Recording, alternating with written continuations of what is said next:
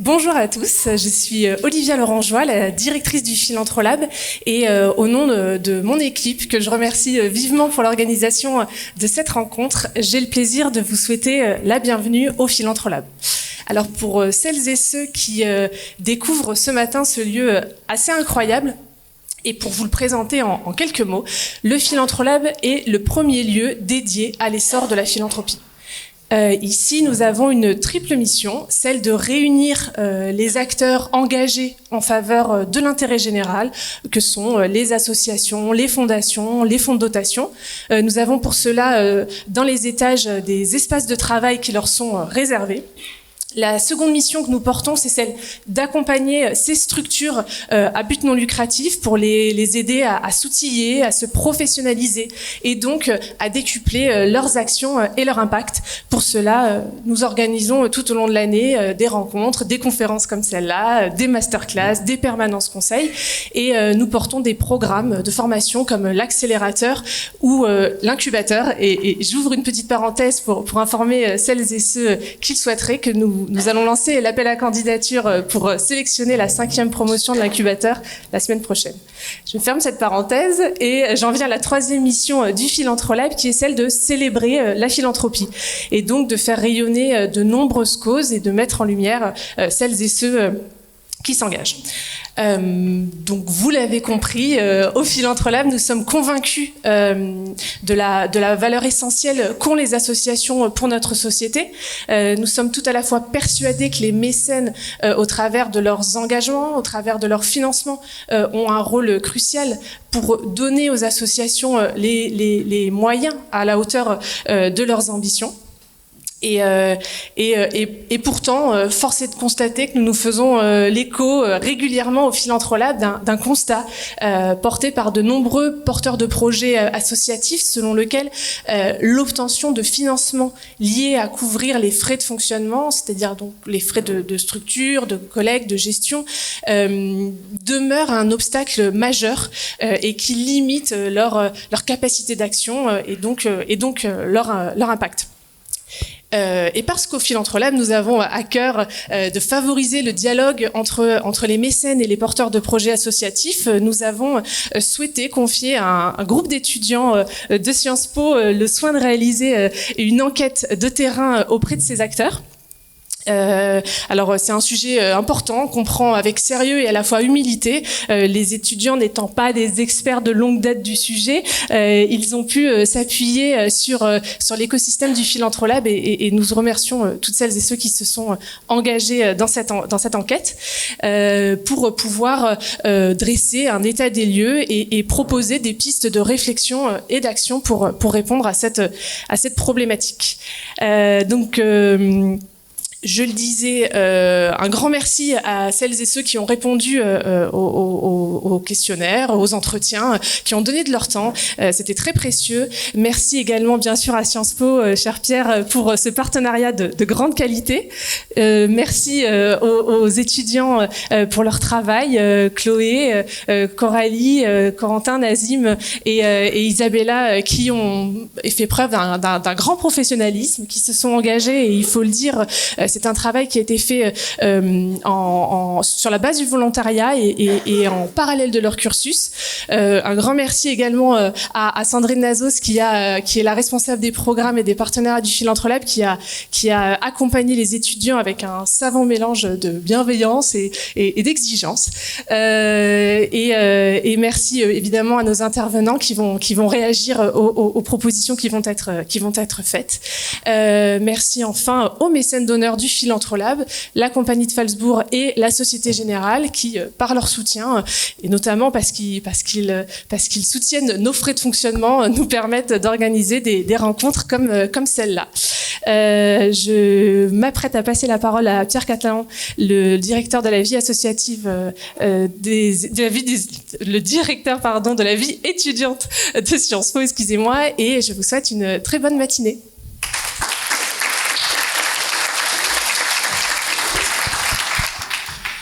Bon, merci beaucoup. Je suis très heureux d'être avec vous et de remercier avec vous alors Nazim, Coralie et Chloé qui sont présents, et Corentin et Isabella qui ont des empêchements, et Christine Pierce-Daval qui les accompagne à Sciences Po toute l'année sur la grosse vingtaine de projets en coopération qu'on a. Les projets en coopération, c'est un des dispositifs de Sciences Po pour encourager l'engagement étudiant au-delà de leur engagement académique et du fait que ça va être des gens très brillants qui ont des bonnes notes. On a à Sciences Po depuis plus de 20 ans une politique d'encouragement à la liberté qui est l'engagement, un engagement associatif avec plus de 400 associations étudiantes à Sciences Po. Tous les ans, une centaine d'initiatives étudiantes qui renouvellent et qui expérimentent des objets de mobilisation, des objets d'engagement qui peuvent être ensuite pérennisés et rejoindre cette petite 400aine d'associations étudiantes. Des projets en coopération qui sont l'opportunité pour des étudiants au niveau de master et dans des masters différents, qu'ils soient en master recherche, qu'ils soient en affaires internationales, qu'ils soient à l'école urbaine, en affaires publiques, etc., travailler ensemble au bénéfice d'une institution non lucrative et au service de l'intérêt général, ce qui était l'objet de notre rendez-vous aujourd'hui. Et puis un arsenal de mesures aussi pour valoriser ces engagements. Alors une valorisation la plus classique en crédit ECTS, parce que à court terme, c'est quand même ça qui compte beaucoup. Et puis une valorisation symbolique en validation d'acquis d'expérience, etc. L'idée de cet encouragement à la liberté, c'est de leur permettre pendant 5 ans d'être curieux, de s'ouvrir à l'extérieur, de s'ouvrir à des publics qu'ils ne rencontreront peut-être plus jamais dans le fil de leur carrière, parce qu'on rentre tous dans des tunnels une fois qu'on met le doigt dans son premier emploi et puis qu'on entre finalement dans un petit environnement social et de carrière. Ce qu'on espère également, bien sûr, c'est que cette liberté, ils la retrouveront ensuite. Et dans le milieu associatif, s'ils choisissent le milieu associatif, s'ils choisissent le milieu du service de l'utilité sociale, peut-être auront-ils des difficultés, en dépit de la promesse associative, à avoir de la liberté, parce qu'elle est souvent entravée pour des raisons culturelles. On est dans un pays qui administre beaucoup les choses et qui a tendance à beaucoup vouloir administrer la vie associative aussi, d'ailleurs, ces dernières années. Entravée pour des raisons également d'injonction paradoxale entre faire de l'innovation sociale mais pas avoir les moyens de financer structurellement des profils qui sont capables de le faire, faire avec des personnes accompagnées mais pas avoir le temps et les moyens RH dédiés d'avoir de véritables dispositifs de co-construction, faire de la rénovation énergétique des bâtiments, mais manquer énormément de capacité d'autofinancement, etc., etc. Et ça, c'est extrêmement contraignant. Et je souhaite bien sûr que nos étudiants contribue à ce que le Philantrolab et l'ensemble de son écosystème enrichissent son plaidoyer et surtout fassent en sorte qu'il soit mieux entendu des décideurs. J'ai cru comprendre notamment dans le Policy Paper qu'il y a une mesure qui relève de la fiscalité et qui pourrait être très très très bien promue auprès des parlementaires. Mais ce qui est important aussi pour nous, c'est que où qu'ils soient, notamment si ils atterrissent dans la fonction publique, comme c'est le cas de beaucoup d'étudiants de Sciences Po, ils gardent ce souci de préserver la liberté du tiers secteur, à plus forte raison en tiers secteur lorsqu'ils s'exercent dans des métiers réglementés comme l'exclusion sociale ou le médico-social, et que ils arrivent à en faire des partenaires à part entière et pas des structures assujetties, entre guillemets, à l'action publique. Merci beaucoup.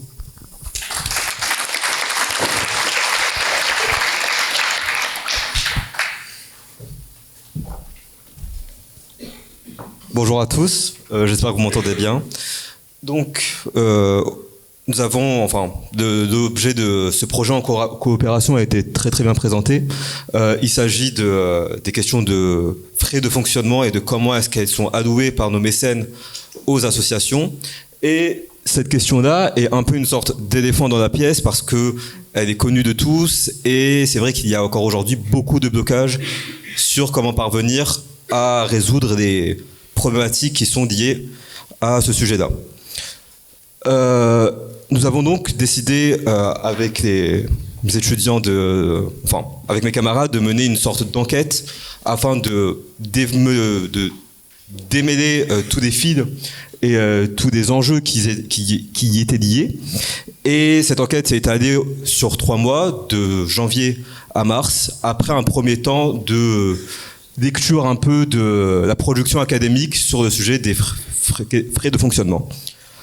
Cette enquête un peu sociologique a interviewé une douzaine de fondations et d'associations, majoritairement des fondations, et a également été complétée par un sondage qui a cette fois-ci réuni plus d'une centaine, enfin un peu moins d'une centaine de réponses, ce qui nous a donc permis d'avoir une approche à la fois qualitative mais également quantitative du problème.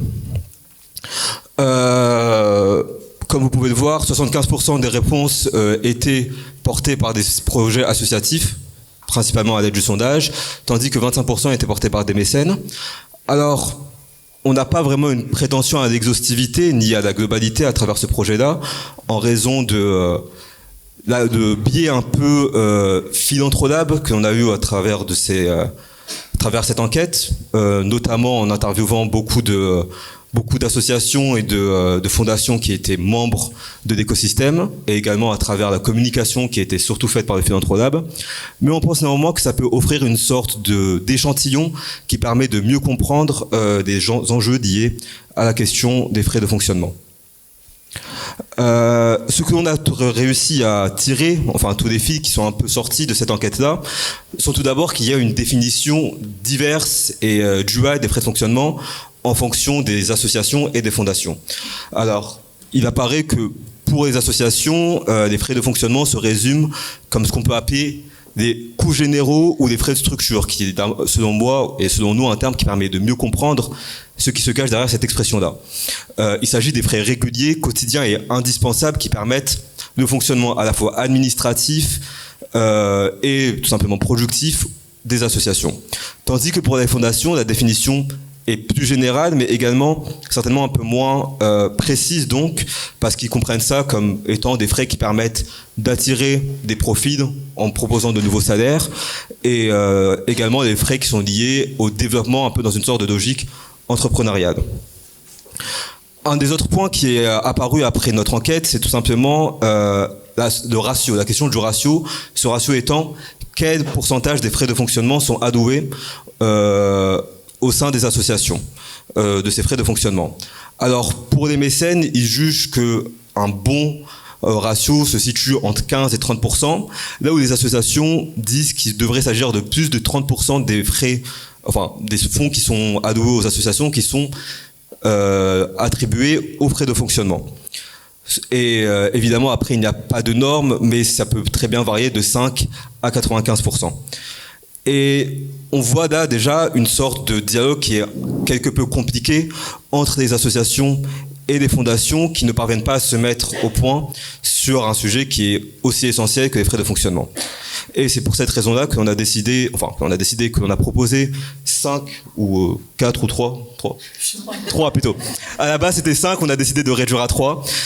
3 politiques publiques qui permettaient de mieux comprendre de proposer des solutions innovantes à la question des frais de fonctionnement et de comment mieux les allouer, comment les faire innover tout simplement. Donc je te laisse la parole.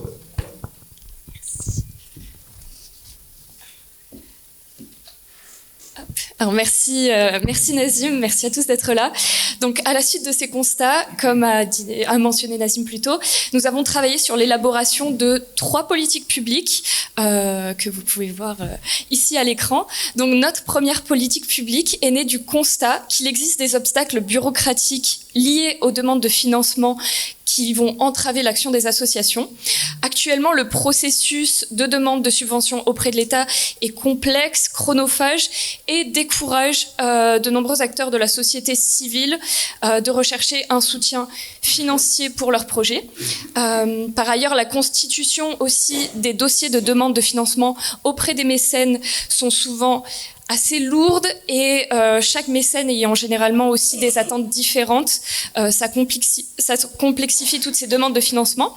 Donc, En instaurant ces mesures, notre but est de rationaliser, mais aussi de centraliser le processus de demande de subvention, ce qui permettra de réduire le poids administratif et de simplifier aussi les procédures pour les associations, mais aussi d'améliorer l'accessibilité aux ressources financières pour un plus grand nombre d'associations, de favoriser la transparence, l'équité dans l'attribution des subventions, en établissant des critères clairs et uniformes pour l'évaluation des demandes.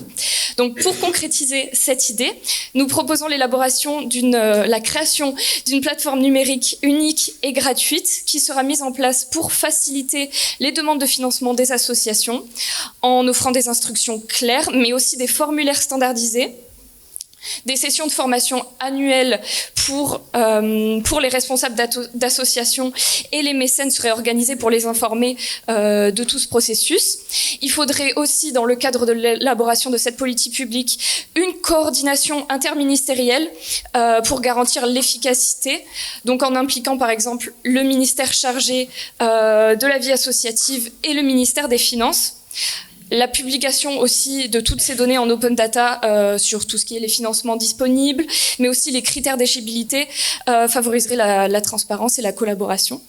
Donc, en adoptant cette politique publique, nous posons les bases d'un système de financement plus juste, transparent, efficace, en tout cas c'est ce que l'on souhaite, répondant aux besoins des associations et qui permettrait aussi de renforcer l'impact positif des associations sur la société. Donc, ainsi, notre seconde politique publique, elle s'inspire de la venture philanthropie et a pour but de dynamiser le financement pluriannuel des associations. Donc, la venture philanthropie est un modèle qui applique une logique d'investissement à l'activité philanthropique. Cette proposition vise à encourager le soutien financier des associations en offrant des incitations fiscales attractives. Donc, elle se caractérise aussi par un engagement profond et plus personnalisé, un soutien financier et aussi non financier aux associations pour maximiser leur impact social. Et elle inclut aussi, bien sûr, le financement pluriannuel, comme je vous l'ai mentionné plus tôt, qui permettrait de renforcer les capacités des associations à mener leur action au quotidien, et sur le long terme surtout. Donc, le financement pluriannuel offre une alternative structurelle solide et qui permet aussi aux associations d'avoir plus de stabilité. Donc cette stabilité financière permettrait à ces associations de se concentrer beaucoup plus librement sur leur action essentielle en réduisant le temps aussi passé à trouver des fonds. Donc les porteurs de projets certains porteurs de projets ont déjà adopté le financement pluriannuel, ce qui d'ailleurs illustre aussi son succès, son efficacité. Donc, pour mettre en place cette politique publique, nous proposons différentes mesures. Donc, déjà, pour favoriser l'investissement des résidents français dans les associations via la venture philanthropie, nous proposons une réglementation qui va permettre aux particuliers de déduire jusqu'à 25% de leur investissement au capital social de leur impôt sur le revenu, sous condition de conserver les actions pendant au moins 5 ans, et de faire un investissement de maximum 1 million d'euros. Il sera possible de rediriger aussi ces fonds à un autre projet au bout de 3 ans en fonction des résultats obtenus. Ensuite, les sociétés de gestion engagées dans la venture philanthropie doivent être enregistrées auprès de l'autorité des marchés financiers avec un chiffre d'affaires minimum de 5 millions d'euros et posséder un portefeuille d'associations dédié à l'investissement au moment de la transaction. Elles doivent également avoir un processus de due diligence pour évaluer la viabilité des projets avant investissement, établir des contrats et fournir un soutien continu aux associations financées. Donc, suite à son implémentation, le Conseil économique, social et environnemental serait chargé de mesurer l'efficacité de cette politique publique et en évaluant le progrès du financement des associations par la venture philanthropie au regard des avantages fiscaux consentis par les investisseurs. Et pour finir, notre dernière politique publique consiste à développer les fonds propres des associations pour renforcer leur stabilité face aux défis à long terme. Donc, il s'agit de promouvoir un changement de paradigme où les réserves ne sont pas uniquement perçues comme des fonds dédiés à des projets spécifiques, mais comme un outil essentiel pour garantir la viabilité financière globale des associations. Donc, l'objectif de cette politique publique est aussi de favoriser une gestion financière responsable. Pour concrétiser cette vision, nous avons élaboré 3 axes principaux. Donc, premièrement, une sensibilisation des mécènes. Il faut d'abord initier un dialogue constructif entre les associations et les mécènes pour souligner l'importance des réserves et leur intégration dans les décisions de financement. Aussi, les associations doivent intégrer la constitution des réserves dès qu'elles sollicitent un financement, ce qui implique une révision des modèles des dossiers de financement pour y inclure explicitement les réserves en tant que composante essentielle du plan financier à long terme. Et enfin, un vote en assemblée générale des associations peut être envisagé pour formaliser cette approche dans leur stratégie financière. Pour appuyer toutes ces étapes, nous proposons aussi quelques moyens un peu innovants, comme un guide des bonnes pratiques ou encore des incitations législatives qui pourraient être mises en place. Ce guide fournirait aux associations les outils nécessaires pour constituer des réserves de manière transparente et efficace, tandis que les incitations législatives encourageraient les mécènes à dédier une partie de leurs fonds aux incitations, aux réserves des associations, tout en préservant leur autonomie de gestion. Donc plus concrètement, les mécènes pourraient être encouragés à soutenir les associations dans la constitution de leurs réserves en bénéficiant d'une déduction fiscale supplémentaire. Par exemple, nous avons discuté entre nous d'une déduction fiscale majorée de 5% s'ils accordent une enveloppe d'au moins 12% dédiée aux réserves.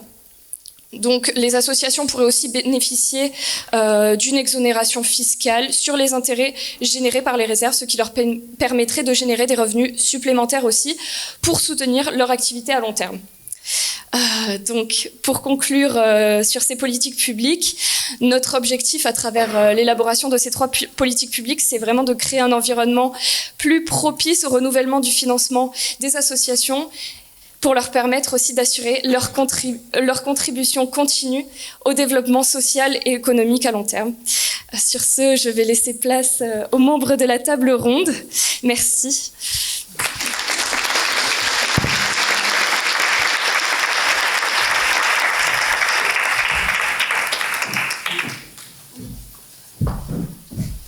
Je pense qu'on peut inviter les invités de la table ronde à nous rejoindre sur scène.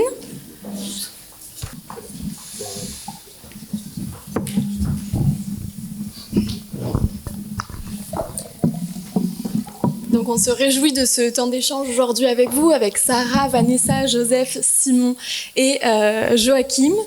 Peut-être avant de commencer ce tour de table, ou plutôt ce tour de fauteuil, est-ce que vous pouvez vous présenter individuellement assez rapidement pour le public ? On le fait dans ce sens-là. Bonjour à toutes et à tous, merci beaucoup. Joachim Flieger, moi je dirige le fonds de dotation Ambition Saint-Denis dans le 93. Bonjour à toutes et à tous, moi je suis déléguée générale de la Fondation Sisley d'Ornano et par ailleurs directrice de l'engagement de Sisley. Bonjour à toutes et à tous, je suis Vanessa Duchâtel, cofondatrice et directrice de l'association Scolavie qui œuvre pour que les compétences psychosociales soient au cœur du parcours éducatif des enfants. Bonjour, moi je suis Simon Mériot, je travaille pour les fondations Audemars Piguet qui est un groupe d'horlogerie suisse. Et au sein de ces fondations, je m'occupe du développement organisationnel. Bonjour, je suis Joseph Lemarchand, je suis responsable du bureau français de la Fondation Rabaudouin, qui est une fondation belge d'envergure européenne et qui a un objet généraliste et un métier d'abri, de fondation abritée. Et par ailleurs, je suis très impliqué dans le collectif des Grantmakers, collectif, un petit syndicat informel de professionnels de la distribution de fonds, dont certaines représentantes sont ici aussi. Merci beaucoup. Donc, comme vous pouvez les voir, c'est vrai qu'on a une table ronde assez diverse et on se réjouit de vous recevoir aujourd'hui. On a déjà pu échanger avec vous et on a eu l'immense chance d'échanger avec vous dans notre partie méthodologique. Et donc, finalement, le fait de regrouper aujourd'hui des acteurs des associations, des fonds de dotation et des fondations, ça nous permet d'entrer dans la matière de cette table ronde en se posant plus globalement la question de la place des associations, du secteur de la philanthropie dans notre société. C'est une entrée en matière un peu générale qui va nous permettre ensuite d'aborder la question des frais de fonctionnement et puis de discuter des propositions parce qu'on sait que vous avez un éclairage qui sera très très pertinent pour retravailler nos propositions à la suite de cet échange. Et on conclura par une intervention de Sandrine et par des questions-réponses avec le public. Donc peut-être pour Vanessa d'abord, si tu veux nous évoquer la place des associations, quelle est à ton sens la place que devraient prendre les associations dans la société ? Oui, effectivement, je pense que c'est peut-être la question de départ ou la question derrière la question du jour, c'est de se demander collectivement à quoi sert une asso, pourquoi est-ce qu'il y a des hommes et des femmes qui décident un jour de monter un tel projet. La plupart vous répondent qu'ils ont envie d'adresser une brique manquante dans la société. Donc voilà, est-ce qu'une association, ça sert à lutter contre les inégalités ? Est-ce que ça participe à l'innovation, à la recherche au développement ? Est-ce que c'est une structure qui inspire les politiques publiques, qui inspire les mouvements citoyens ? Et je pense que c'est effectivement en répondant à cette question qu'on pourra ensuite se poser la question des moyens qu'on met au soutien des porteurs et des porteuses de projets. Effectivement, moi, je suis intimement convaincue du rôle social crucial des associations, particulièrement à l'aune de la transition écologique et de la transition économique qui nous attendent et qu'on a plus que jamais besoin d'avoir des étudiants de Sciences Po et d'autres étudiants brillants, qualifiés qui vont décider d'aller s'engager pour construire un monde peut-être plus résilient, plus juste et puis d'amorcer la transition sur beaucoup de sujets. Et une fois qu'on se dit que ça c'est peut-être quelque chose qu'on souhaite, vient la question du comment. Du coup, comment est-ce qu'on permet à une association, à ses dirigeants de projet et à leurs équipes de travailler dans des conditions qui vont leur permettre un épanouissement intellectuel et humain. Comment est-ce qu'on fait pour que Chloé et les autres étudiants ils puissent se projeter dans une structure pendant plusieurs années ? Comment est-ce qu'on fait pour que leur directeur ou leur directrice fasse pas de burn-out au bout de 2 ou 3 ans ? Parce que c'est un vrai sujet dans le monde associatif. Voilà, quelles sont les conditions de travail qu'on peut donner à cet écosystème ? Et donc, quel modèle économique on peut proposer ? Et donc, en l'occurrence, pour les financeurs publics et pour les financeurs privés qui sont autour de moi, comment est-ce qu'on peut accompagner ces porteurs de projets, quel type de financement est-ce qu'on peut leur proposer pour que ces structures elles aient de la visibilité et qu'elles puissent accomplir pleinement leur mission, qui évidemment à mon sens est une mission d'envergure. J'espère que ça répond à ta question. Complètement. Je ne sais pas si, Joachim, peut-être tu veux je complète. Je rebondis sur ce que dit Vanessa et évidemment, je partage à la fois les questions et la méthodologie. Alors moi, j'ai forcément un prisme qui est aussi très territorial. C'est de me poser la question d'où parlent les associations et où travaillent-elles. Du prisme qui est le mien depuis mon poste d'observation à Saint-Denis et en Seine-Saint-Denis, il y a aussi évidemment la question de la cohésion sociale. Cohésion sociale parce que ça fabrique du lien, parce que les associations répondent à des besoins sociaux, parce qu'elles fabriquent du lien, du fait de l'engagement des bénévoles, mais aussi des salariés qui travaillent dans ce secteur. Pour rappel, le secteur associatif, c'est quasiment un salarié sur 10 du secteur privé, devant la construction, devant d'autres champs économiques. Donc c'est un poids qui est quand même considérable en France. Sur le maillage territorial, j'en dis quand même un mot parce que à Saint-Denis, c'est à peu près 2000 associations. La Seine-Saint-Denis, c'est à peu près 21 000 associations enregistrées. En Seine-Saint-Denis, c'est pour la plupart 50% des associations qui travaillent vraiment dans le champ social. Donc il y a vraiment une prise sur les enjeux de société et en particulier sur les problématiques sociales, environnementales, d'inclusion qui sont les leitmotifs des quartiers prioritaires de la ville et des QPV, des 1500 QPV qui existent en France. Donc, au rôle de la cohésion sociale. Et je rajouterais peut-être quelque chose pour celles et ceux qui travaillent dans le secteur associatif. On dit souvent, on lit souvent, mais en fait, c'est formidable parce que le secteur associatif, c'est c'est la diversité. Oui, c'est la diversité en fait des champs d'action, mais moi je pense que c'est aussi une autre définition de la diversité, c'est la diversité des expertises des femmes et des hommes qui y travaillent. Diversité qui moi m'intéresse beaucoup parce que souvent on dit que à un problème complexe, il vaut mieux avoir des profils, des trajectoires, des expertises diverses. Et cette diversité, c'est une diversité socio-économique, ça peut être une diversité d'engagement territorial, mais en fait ça fabrique une expertise d'usage, disent certains, ça fabrique en fait des réponses complémentaires à des problématiques complexes. Alors, je travaille beaucoup sur la question de l'accès à la culture ou la question de l'inclusion, mais en fait plus on est divers dans la composition d'un groupe humain, plus on est à même de répondre à des questions qui sont complexes. Et en fait les questions sociales, de mon point de vue les questions territoriales dans les QPV sont des questions complexes, et donc plus on est divers dans la constitution des équipes, plus on peut trouver des réponses innovantes, hors des sentiers battus, pour répondre à des situations d'urgence. Évidemment, je sais d'où je parle, mais aussi construire des solutions qui sont enracinées, concrètes, dans le terrain, des quartiers de Saint-Denis ou d'autres. Mais en fait, l'expertise d'usage et cette diversité des profils, elle est tout aussi importante, à mon sens, et on le dit peu, je crois, que la diversité en fait des causes qui sont soutenues par les associations. Donc diversité, je pense je pense qu'en plus autour de ce panel et dans la salle, vous êtes tout à fait représentatifs, je crois, et j'en ai l'intuition de cette diversité de points de vue, d'expertise, de parcours cabossés, de points de vue divergents, différents, mais en fait c'est bien pour ça qu'on a besoin aussi de ce secteur associatif. C'est de ces différences-là on fait une force. Et voilà, donc je voulais juste rajouter cet élément. Oui, bien sûr. Oui, et je pense que la question du temps est hyper importante. C'est-à-dire que les associations, elles travaillent pas toutes sur des notions d'urgence. Il y en a beaucoup qui adressent des problématiques sociales de fond, qui sont compliquées, qui sont complexes, pour lesquelles il va falloir beaucoup d'expertises différentes pour essayer de proposer des solutions. Et ça, dans le financement, c'est très important, c'est d'avoir des financeurs qui comprennent que dans les modèles économiques et dans les modèles de développement, il faut parfois laisser le temps à certaines associations pour qu'elles puissent travailler correctement, pour qu'elles puissent finement concevoir le service ou le produit qui va répondre à la problématique sociale, plutôt que de vouloir aller trop vite pour faire des premières preuves et en fait, in fine, de rater un peu l'objet social. Donc je pense que la question du temps et d'accepter que le temps, parfois, c'est un temps moyen ou un temps long pour bien faire les choses dans le secteur associatif, c'est quelque chose de très important pour les financeurs. Complètement, c'est vrai que c'est une question qu'on avait pu aborder nous dans notre recherche, cette question du temps, et peut-être du coup en écho à ce que Vanessa explique, est-ce que peut-être Sarah ou Simon vous souhaitiez réagir sur la manière dont finalement le secteur de la philanthropie, des mécènes, comment est-ce qu'il interroge, pourquoi est-ce qu'il interroge ses propres pratiques aussi par rapport à ce qui est évoqué du coup par le secteur associatif?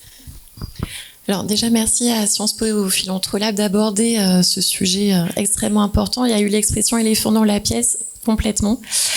Donc c'est important d'en parler ce matin. Et moi, je trouve que les deux interventions là qu'on vient d'avoir, elles sont assez symptomatiques du sujet. Parce que finalement, ce que vous avez dit avec autant de pertinence, je suis pas sûre que tous les financeurs les finalement en tête.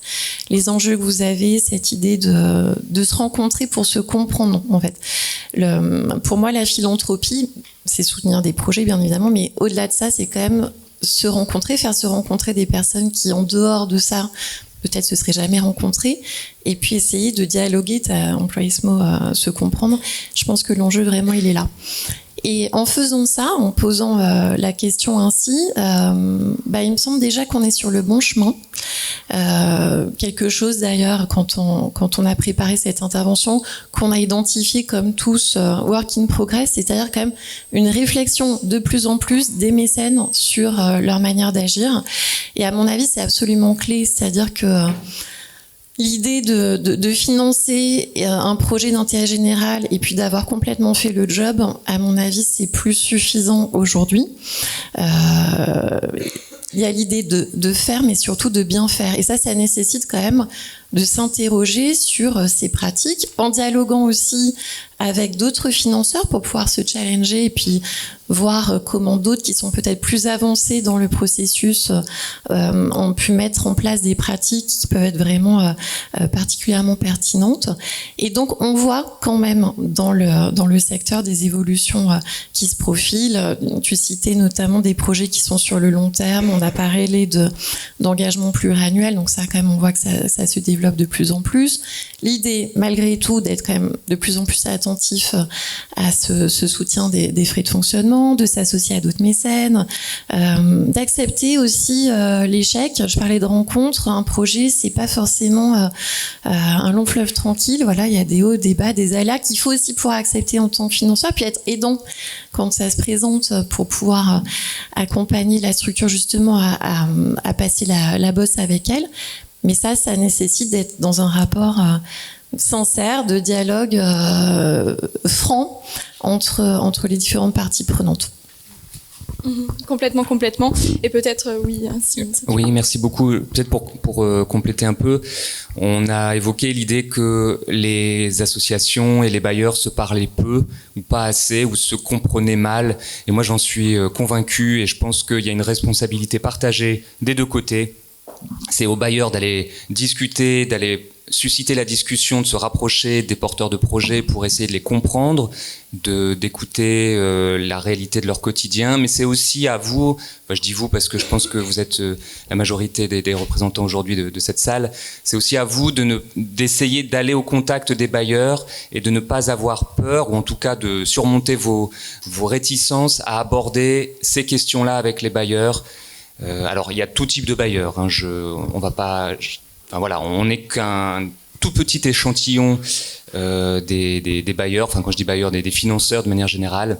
Il y a ceux qui sont à l'écoute et ceux qui ne le sont pas. Mais en tout cas, vous devriez, et en tout cas je vous encourage à le faire, à toujours essayer de poser des questions, d'aborder des sujets qui ne sont pas forcément les questions faciles ou les sujets faciles, et ça permettrait plus de compréhension mutuelle qui bénéficierait aussi bien aux bailleurs qu'à vous dans votre quotidien. Ça rejoint un petit peu tout ce qu'on a abordé ce matin. Et pour revenir sur la question de la diversité, je trouve aussi que les mécènes, en mettant en place des processus de sélection de projets rigides, finalement favorisent une catégorie d'associations. Il y a ceux qui ne veulent financer que les grosses associations parce qu'elles ont plus confiance. Et puis les petits, on verra plus tard quand ils seront plus grands. Mais en fait, si tous les mécènes font ça, les petits ils restent toujours petits, entre guillemets, alors que ce sont eux qui sont peut-être plus au contact des bénéficiaires. Et donc, je trouve aussi que la manière de sélectionner les partenaires et les projets de la part des mécènes va finalement à l'encontre de cette diversité dont on a besoin et dont tu as souligné l'intérêt. Complètement. Est-ce que, Joseph, toi, tu partages cette vision-là, justement? Est-ce que tu as des éléments à apporter sur le refus ou les motifs qui pourraient justifier de financer notamment ces frais de fonctionnement, par exemple? Je m'inscris dans la continuité de tout ce qui a été dit, l'importance des associations pour la vitalité de la société civile, la diversité qui est essentielle dans le monde associatif et que les philanthropes doivent appréhender. J'ajouterai à cela peut-être la diversité des fondations des philanthropes eux-mêmes. Et là, je vais me positionner peut-être en position d'observateurs de pratiques très multiples et variées qui vont de la fondation créée par l'Aigle dans les années 60 et qui est contrainte par une charge écrite avec le référentiel de l'époque jusqu'à une fondation d'entreprise aujourd'hui ou une fondation créée par un jeune actif. Évidemment que le point de vue et l'approche du sujet sera très diverse. C'est ce genre de diversité qui peut expliquer des approches variables sur notamment le sujet des frais de fonctionnement. D'une manière générale, tout le monde, ça fait consensus dans le milieu, et moi le premier, qu'il est nécessaire, fondamental de soutenir les frais de fonctionnement. Ça n'a pas de sens de soutenir un projet, juste les surcoûts liés à un projet sans prendre en compte le fonctionnement de la machine qui lui permet d'émerger et de fonctionner. Et la question peut-être que je voudrais amener, c'est pourquoi certains ne le font pas ou différemment. Il y a parfois donc des charges. La philanthropie, c'est il y a des contraintes qui peuvent se poser, qui sont posées par les philanthropes, qui soient décédés ou vivants, et il faut en tenir compte. C'est une forme de particularisation. Il y a des contraintes juridiques aussi qui peuvent se poser. Parfois, le cadre réglementaire dans lequel, enfin, c'est un peu technique, mais dans lequel le financement s'inscrit, oblige à avoir des modes très projets avec des répartitions budgétaires particulières. Et puis, il y a la diversité des cibles associatives. Tu parlais des petites, des grandes.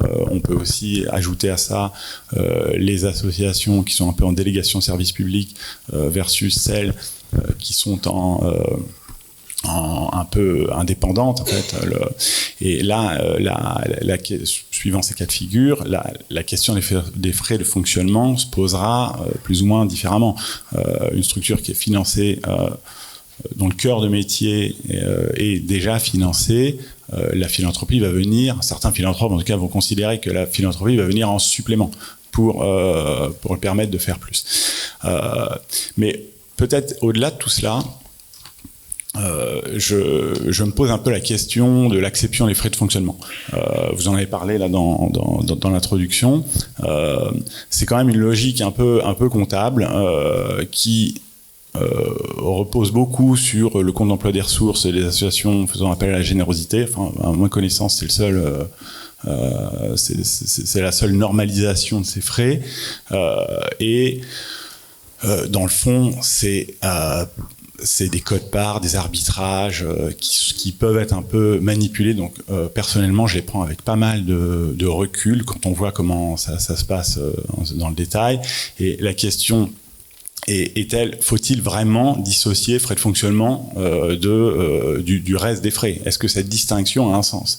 Alors, une autre question serait pas de voir les choses sous l'angle de financement fléché, non fléché. Le financement non fléché, considérant que c'est le projet associatif dans son ensemble qui mérite d'être soutenu et que ça intègre des locations de locaux, acheter des ordinateurs et faire l'action. Donc ça, c'est un changement de paradigme qui est en train d'émerger assez fortement dans le secteur et voilà, qui permet de dépasser peut-être cette logique un peu binaire fonctionnement-projet. Oui, bien sûr. Peut-être pour compléter, moi je dirais qu'il y a quand même un autre cas de figure pour expliquer le non-financement des frais de fonctionnement. J'ai le sentiment aussi que c'est contre-intuitif en fait pour pas mal de financeurs. Et donc, selon moi, il n'y a pas forcément un consensus sur l'idée de, bien sûr, qu'il faut soutenir des frais de fonctionnement, parce que ce qu'on remarque, et notamment quand on échange, ce qui est mon cas avec des financeurs qui se lancent tout juste dans du mécénat, dans la création d'une fondation, c'est qu'ils tombent quand même pas mal dans tous les choses-trappes, finalement, du mécénat, je mets plein de guillemets, pas bien mené. Parce que c'est aussi un secteur qui s'est beaucoup professionnalisé, avec des processus, tu le disais Simon, qui peuvent être vraiment parfois très rigides.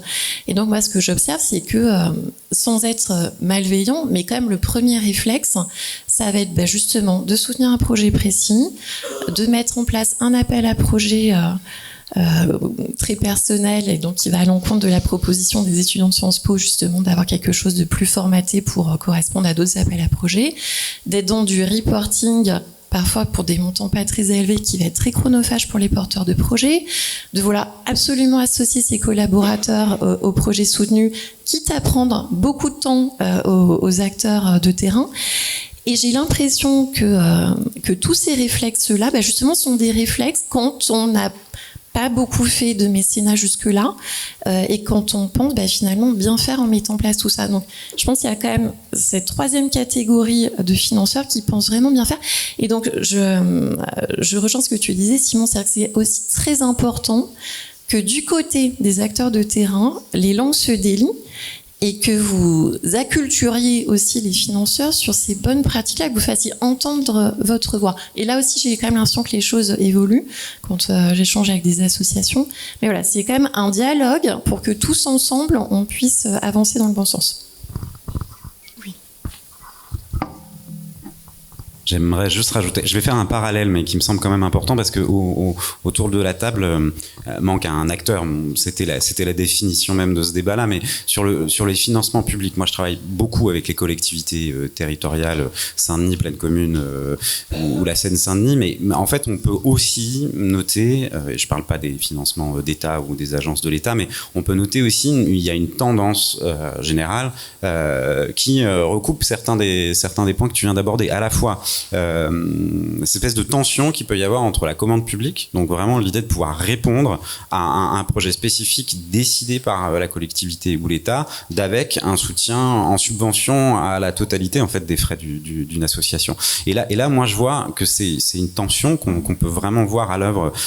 Moi j'étais assez investi dans la candidature de Saint-Denis, capitale européenne de la culture. On avait accès à un panel très très large d'associations, notamment culturelles, mais pas que. Et en fait, il y avait toujours cette tension-là, c'était de dire on a envie de répondre à votre demande qui est très précise, de participer à cet enjeu capitale européenne de la culture. On a perdu, vous le savez, mais en 2028. Mais surtout les associations, là en 2021-2022, elles nous disaient mais est-ce que nous existerons dans 6 ans ?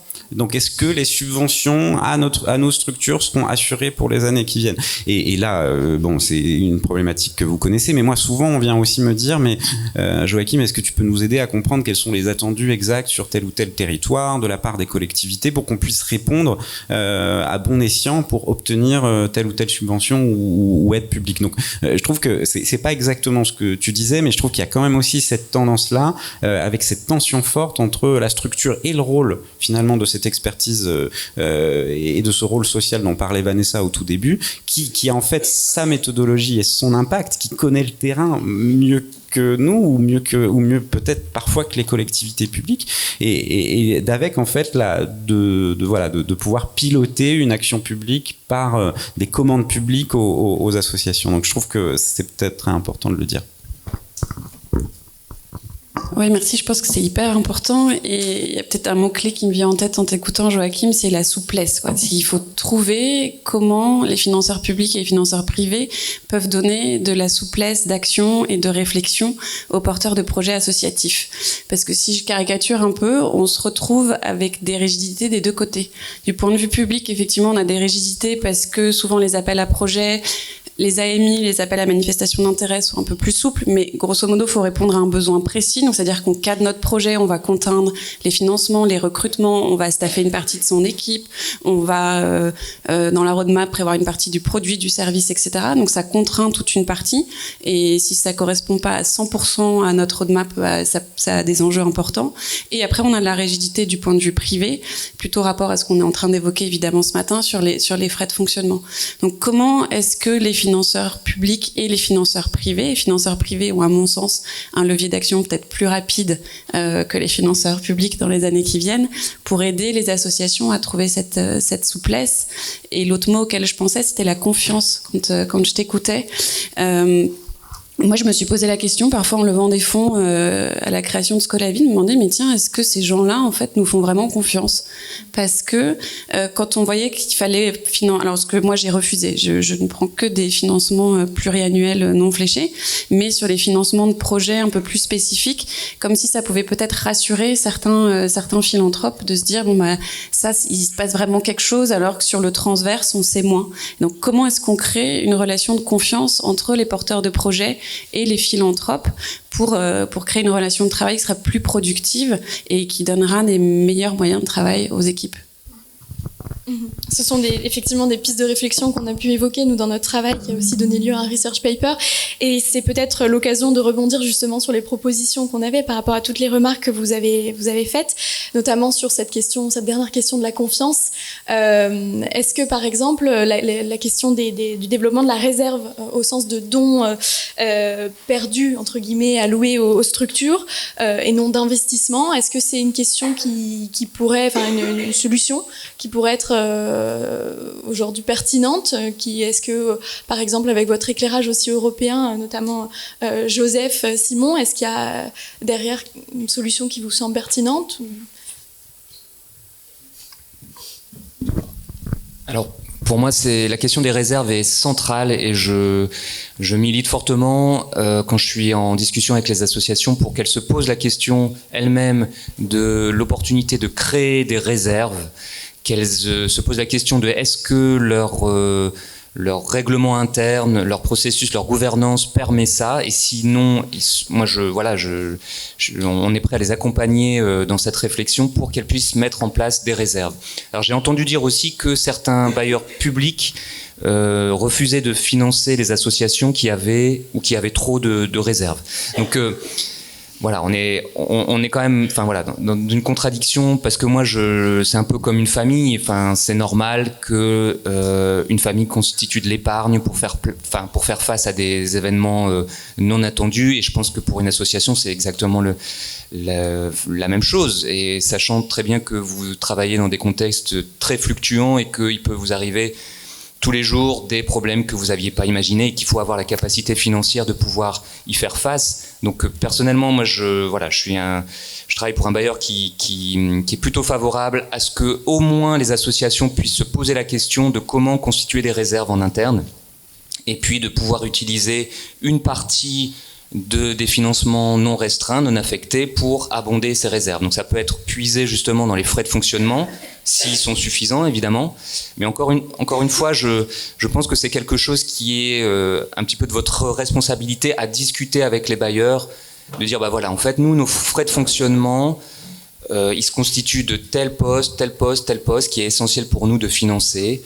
et que vous puissiez leur montrer des chiffres, discuter sur du concret et montrer que les 12 ou 15% de limites qui sont imposées par les bailleurs vous permettent pas, ou alors vous permettent tout juste de pouvoir couvrir ces frais de fonctionnement. Alors moi, je suis pour une transparence dans le dialogue, parce que sinon, on reste sur des incompréhensions qui n'évoluent pas. Faut pas s'attendre à ce que les bailleurs comprennent vos réalités si vous n'expliquez pas clairement quelles sont vos réalités. Ça, c'est fondamental. Moi, je connais des bailleurs qui sont persuadés que finalement, qui se sont jamais posé la question du coût du travail dans tel et tel pays, parce que ils financent des projets partout dans le monde, et puis c'est les mêmes règles de frais de fonctionnement dans tous les pays, alors que la réalité du coût de la vie n'a rien à voir entre le Bangladesh, la Guinée-Bissau et la Suisse. Donc pourquoi appliquer les mêmes règles partout? Mais en fait, ils se sont jamais posé la question, et jamais un bénéficiaire n'est revenu vers eux en leur expliquant les choses. Donc, encore une fois, le dialogue permettrait de faire avancer le débat et la question, et notamment sur les réserves. Moi, ça me paraît fondamental qu'une association puisse avoir un matelas, une poire pour la soif, en cas d'imprévu. Peut-être ajouter 2 mots sur le caractère fondamental de la stabilité financière d'une association, les réserves qui permettent une capacité de résilience en fait de l'association face aux aléas, notamment de la collecte privée qu'on sait assez aléatoire. Donc ça, je vous rejoins tout à fait. Peut-être une petite nuance. Vous parliez de la limitation, de la réticence de certains financeurs à soutenir des associations qui auraient trop de réserves. J'en ai vu chez les financeurs privés qui peuvent considérer que à un certain niveau, ça devient de la thésaurisation et que l'argent serait mieux utilisé immédiatement plutôt que de venir conforter des fonds propres déjà très confortables. Donc là, on rentre dans les analyses de bilan, on regarde les fonds propres passifs, on peut peut-être isoler les actifs non liquides de type immobilier, et là vous en tirez un chiffre que assez basiquement vous faites un ratio sur le budget annuel, et en dessous de 6 mois c'est fragile, mais on voit des fois des choses, c'est 1 an et demi, 2 ans, donc ce qui sous-entend que dans l'hypothèse où la structure n'aurait plus aucun financement, ce qui est quand même assez improbable, elle aurait de quoi vivre sur le même rythme pendant 2 ans. Et cela, ça peut poser la question, on ne remet pas en cause la légitimité de tout ça, on s'en réjouit pour elle en fait. Mais ça peut amener certains philanthropes à se dire celle-ci n'est peut-être pas prioritaire.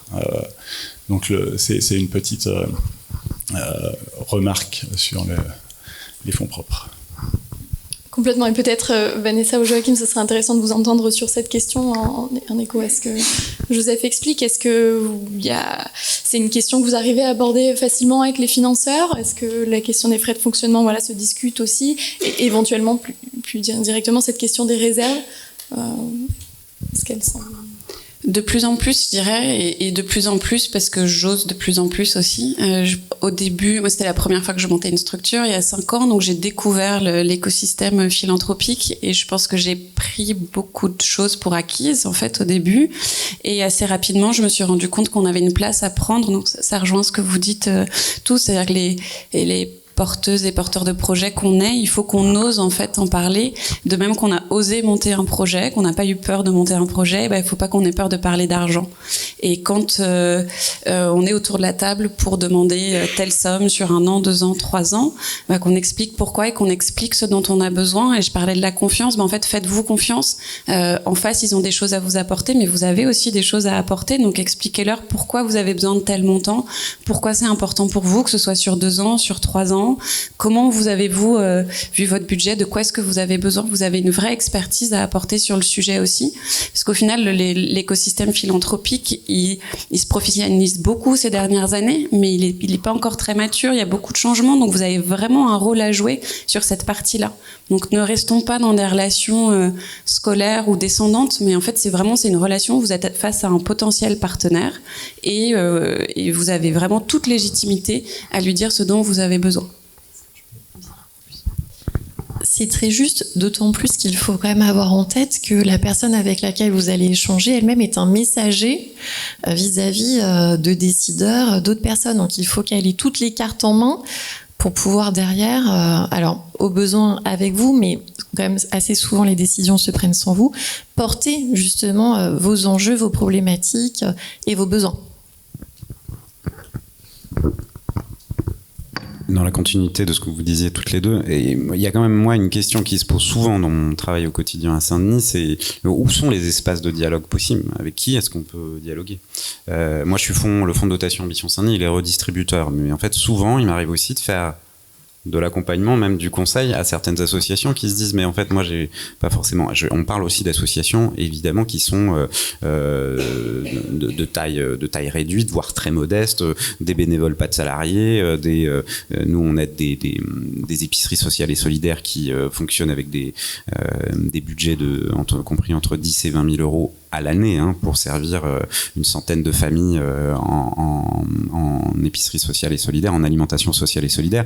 Et en fait, souvent, ce sont aussi des associations qui manquent de ressources en interne et manquent aussi de connaissances des réseaux. Et en fait, la question de la pérennité des ressources, pour ne pas répondre à la question des réserves, c'est aussi la question...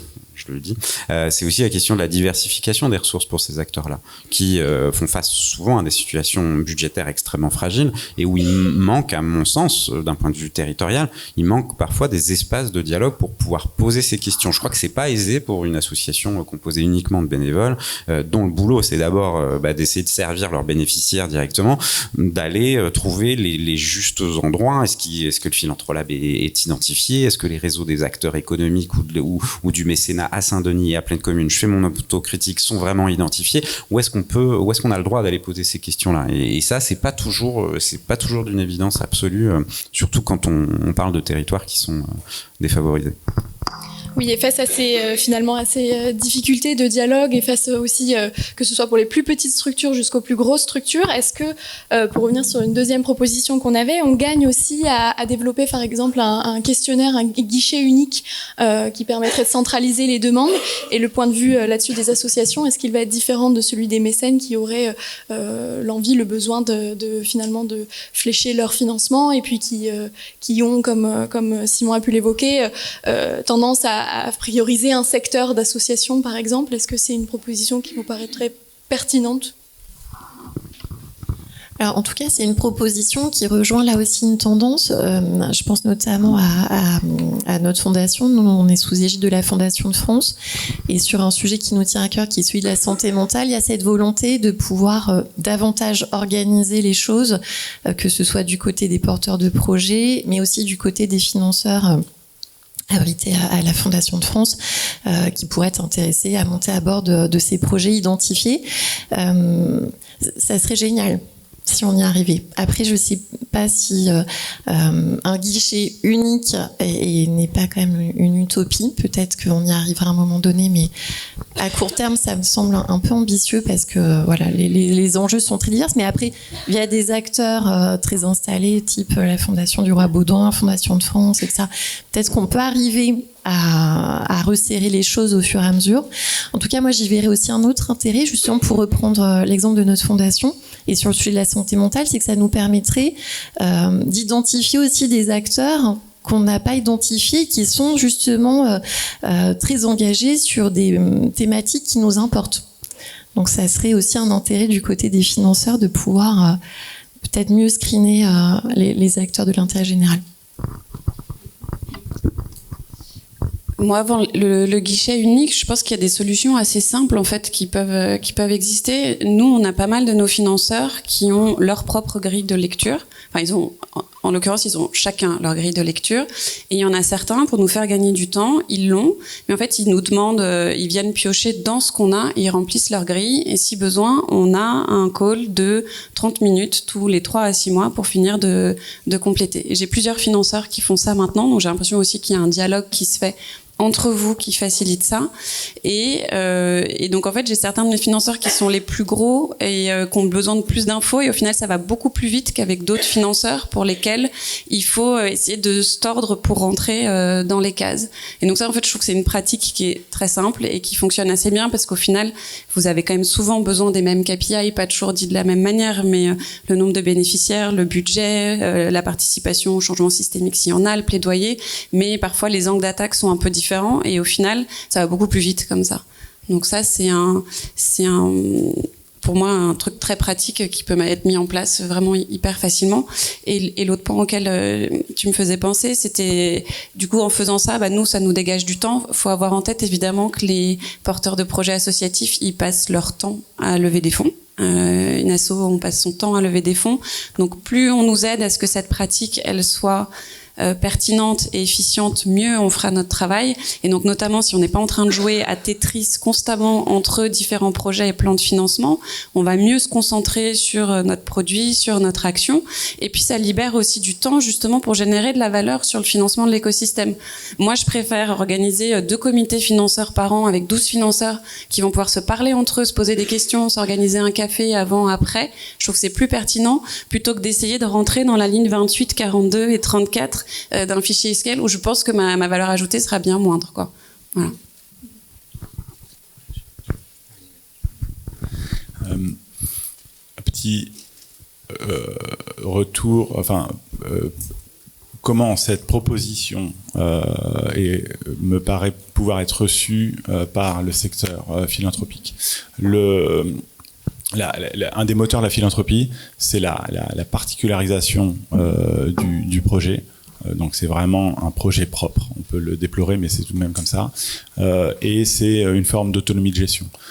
Et je crains que la logique de normalisation, uniformisation, voire bureaucratisation derrière le guichet unique puisse finalement être un peu dissuasif. Pour autant, peut-être que c'est une petite frange, mais on est absolument convaincu de la déperdition d'énergie que suppose le remplissage des dossiers, et sachez qu'on fait tout pour le minorer. Et les mesures qu'on met en place, donc pour arriver au même résultat, mais avec d'autres moyens, ça va être ce que Vanessa indiquait, c'est-à-dire on ne fait pas remplir de dossiers, tout simplement, on travaille sur documentation existante, et ensuite éventuellement un petit entretien. Idem pour le reporting, ça se fait à l'oral. Donc là, ça limite quand même pas mal les choses. Une autre manière de fonctionner, ça va être de mutualiser entre ce que tu disais sur ce que vous faites un petit peu à la Fondation de France, ça va être faire des formes de coalition de fondations, un peu de gré à gré, où on a un partage de données. Typiquement, des fondations qui font des appels à projets, parce que ça peut s'entendre dans certaines conditions, mais dans lesquelles il y a inévitablement beaucoup de casse, entre guillemets, vont pouvoir partager ces dossiers avec d'autres qui vont pouvoir piocher dedans. C'est une forme de recyclage des dossiers. Et ça, c'est quelque chose qu'on est en train de travailler de manière assez aboutie avec un certain nombre de fondations. On le fait de manière artisanale. On aimerait l'industrialiser avec un système, peut-être un système d'information partagé ou quelque chose comme ça. Donc, s'il y a des volontaires, n'hésitez pas, parce que ça permet de conserver la particularisation de l'approche et en même temps la mutualisation des données. Et peut-être en ligne de mire, dernière question avant de vous entendre sur une recommandation qui pourrait aider à faire avancer cette question des frais de fonctionnement. Dernièrement, c'est notre proposition qui est sur la venture philanthropy et cette idée de financement pluriannuel qui est distinct, parce qu'on peut développer les financements pluriannuels en dehors du développement de la venture philanthropy. Est-ce que justement en Belgique, en Suisse ou même en France, en tant que mécène ou en tant qu'association, c'est un sujet qui se développe? C'est une perspective qui est intéressante. Est-ce qu'on distingue les fonds pluriannuels de la venture philanthropie, ou est-ce qu'on fait, en développant la venture philanthropie, on développe aussi les fonds pluriannuels? Est-ce qu'il y a Peut-être un mot sur notre manière aussi d'agir avec la Fondation Sisley. Nous, on est quand même très curieux toujours des nouvelles manières d'agir. Donc ça vaut pour la venture philanthropie, mais ça vaut aussi pour les appels à manifestation d'intérêt, les contrats impact, les logiques d'investissement. Et là, on dialogue beaucoup aussi avec la Fondation de France pour justement, et avec d'autres financeurs, pour vraiment rester à la page des pratiques et des choses où le terme impact a été pas mal employé par Olivia dans son mot d'introduction, pour essayer d'avoir l'impact le plus important. Donc oui, à étudier, pourquoi pas. D'accord. Est-ce qu'on a d'autres... Oui. Oui, juste pour dire encore une fois, c'est l'idée qu'il faut que les bailleurs comprennent votre trajectoire associative, où vous en êtes. Est-ce que la base projet est vraiment la meilleure base pour vous? Parce que par définition, les bailleurs veulent du projet. C'est là-dessus que s'est bâtie toute la philanthropie, et malheureusement, c'est un projet, ça reflète pas la réalité. Donc il faut aussi que vous puissiez aborder ce sujet avec les bailleurs en disant moi je vous sollicite pour le financement d'un projet, mais au-delà de ça, c'est toute ma structure que je veux faire vivre pour les 15, les 20 ou les 30 prochaines années. Donc arrivons à discuter sur une décorrélation de ce que sont réellement nos besoins et comment ce financement de projet peut y contribuer, mais il n'est qu'une contribution. Tout ça pour dire que la question de la temporalité est essentielle. Moi, je vois autour de moi et de nous, de plus en plus de bailleurs qui rallongent le temps de financement. Donc, il y a 10 ans, on était sur des projets de 1 ou 2 ans, et maintenant, on est plutôt sur 3, 4 ans, 5 ans, renouvelables, etc., etc. Donc, on est plutôt dans cette vision venture philanthropie, même si on n'utilise pas le même terme. Moi, je vois aussi une tendance quand même de plus en plus, alors c'est certainement insuffisant, mais des bailleurs qui se préoccupent de la réalité de la vie des associations. Je pense que la crise du Covid a fait beaucoup, où on s'est rendu compte qu'en fait les acteurs étaient essentiels, et que aussi on s'est rendu compte qu'on pouvait financer des gens juste pour rester à la maison. Vous l'avez vu en France, on a eu la même chose en Suisse. Les gouvernements, et partout en Europe et dans le monde, les gouvernements étaient prêts à payer ou à subventionner les entreprises pour que les entreprises permettent à leurs employés de rester à la maison sans qu'il y ait de perte de salaire. Et ça, dans le monde associatif, c'est un peu la même chose, c'est-à-dire finalement l'association elle a besoin d'exister indépendamment de son projet et elle a besoin de pouvoir faire face à des pertes de financement, donc ça rejoint la question des réserves. En tout cas, je pense que ça, dans pas mal de têtes de bailleurs, ça a fait réfléchir sur ce que c'est qu'une association et comment elle peut perdurer avec les difficultés qu'elle a à chercher de l'argent et à financer ses coûts de fonctionnement. Merci beaucoup pour tout cet éclairage. Peut-être pour terminer rapidement, est-ce que vous auriez une recommandation, une proposition, une envie, une suggestion pour rebondir sur cette thématique et faire avancer la question des frais de fonctionnement au service de la viabilité, de la pérennité, de l'impact des associations?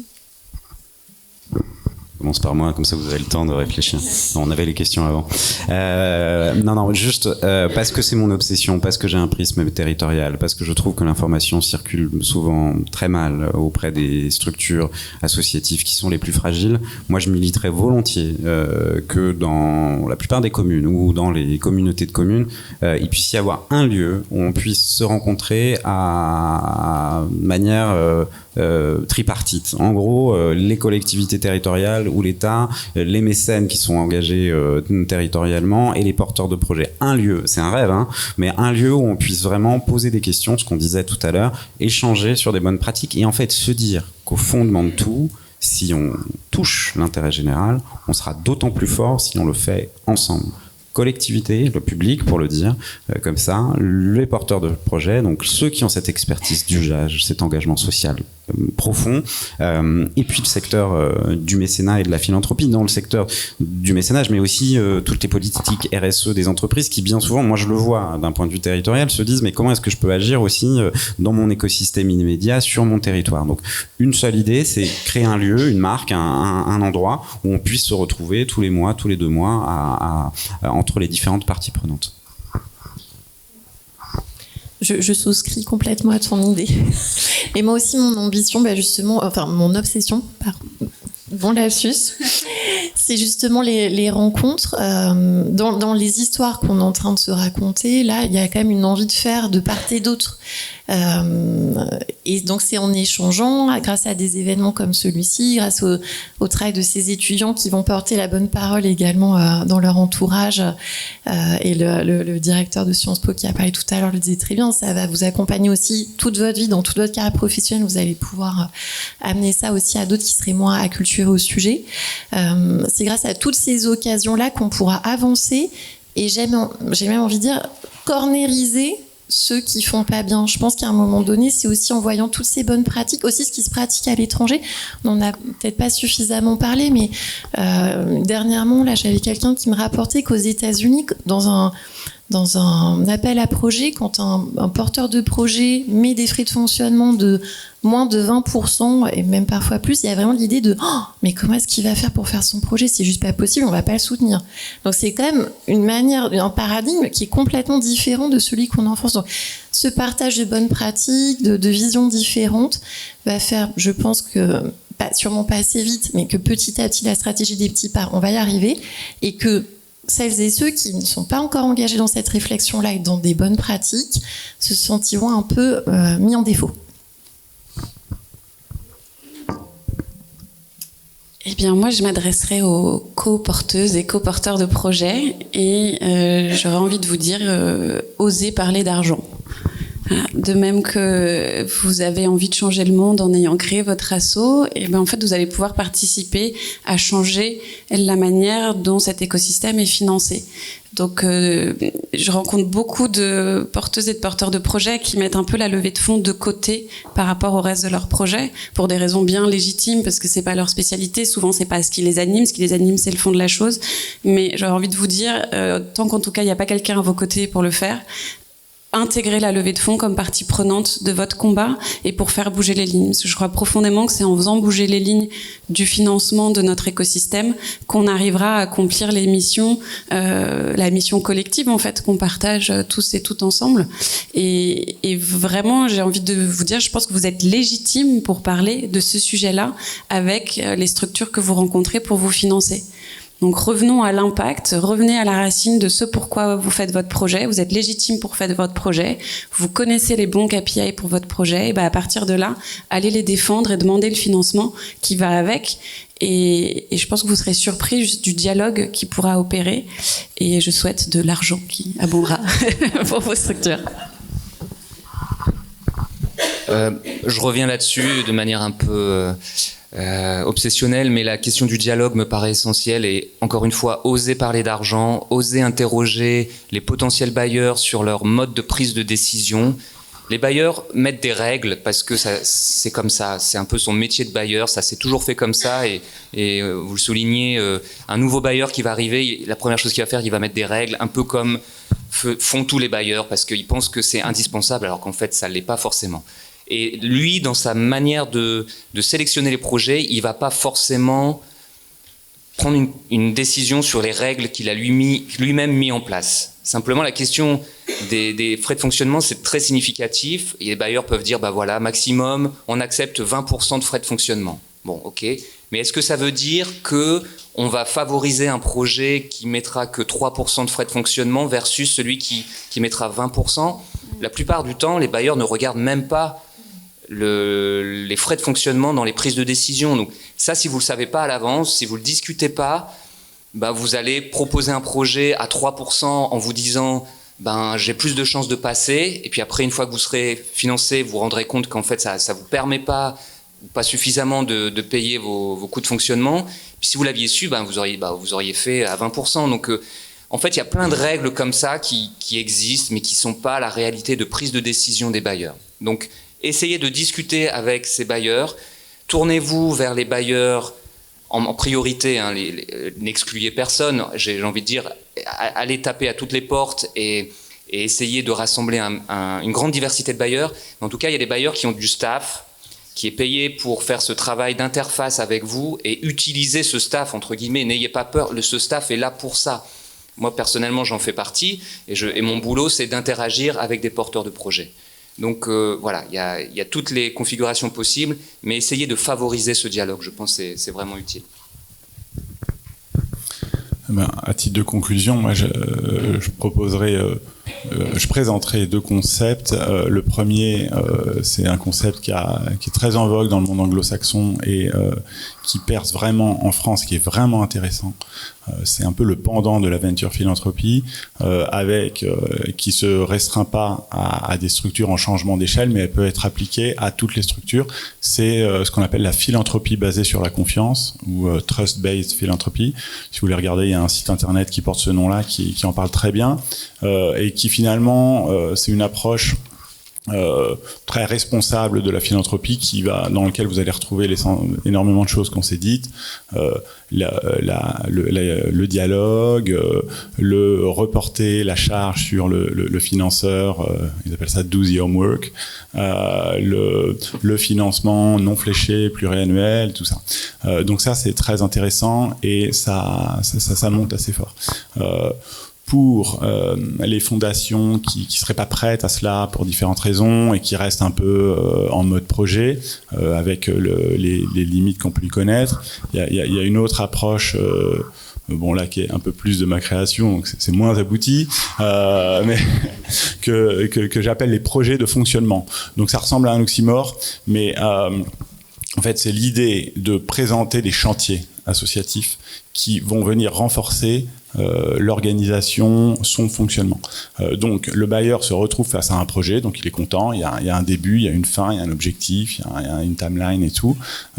Mais pour l'association, c'est contribuer au renforcement de ses capacités et ce faisant en soutenant son fonctionnement, puisque c'est les équipes opérationnelles qui travaillent sur ces chantiers.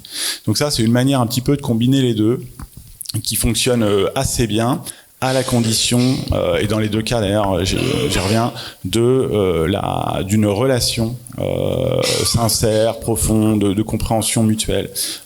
Et ça, je vous rejoins et j'y crois vraiment. J'ai vécu en fait l'importance de cette relation, avec une limite, c'est que cette relation, elle augmente les frais de fonctionnement des fondations. Et oui. parce que c'est du temps, le temps c'est de l'argent, et après on va dire aux fondations, mais en fait vous gardez tout pour vous, vous ne redonnez rien. Donc on est toujours sur ces histoires d'équilibre. Un grand merci à vous 5 pour ces éclairages très très constructifs. Juste quelques mots de conclusion de Sandrine Azzouz, ou plutôt on peut commencer directement peut-être par des réactions, questions, propositions peut-être du public, mais on peut déjà remercier nos 5 intervenants. Je pense.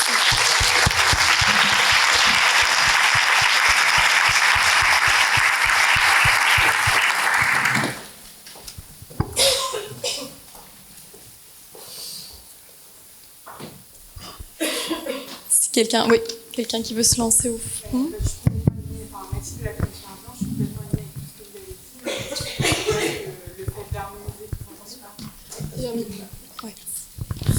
Bonjour à tous, donc Mathilde de la Fondation Ardian. Je suis complètement alignée avec tout ce que vous avez dit sur cette table ronde, mais est-ce que vous ne pensez pas que le fait d'harmoniser des processus, ça empêche à des associations de se démarquer, surtout des jeunes associations, en étant obligées de se conformer à un cadre général qui serait applicable à plein de financeurs? Mais je suis complètement alignée avec tout ce que vous avez dit, je précise. Peut-être juste répondre, je pense qu'on était plutôt à dire que c'est un peu illusoire d'harmoniser tous les processus. La question du guichet unique est quelque chose qui revient souvent dans la discussion, mais personnellement, je crois qu'on est plutôt pour une diversité des approches. Il faut respecter la diversité des bailleurs et ça permettra de cultiver cette diversité des associations. Donc passer par un guichet unique, il y a le danger vraiment d'une uniformisation du secteur associatif, mais aussi du secteur de la philanthropie. Donc je pense qu'on était plutôt pas trop favorable à cette recommandation, en tout cas telle qu'elle a été formulée.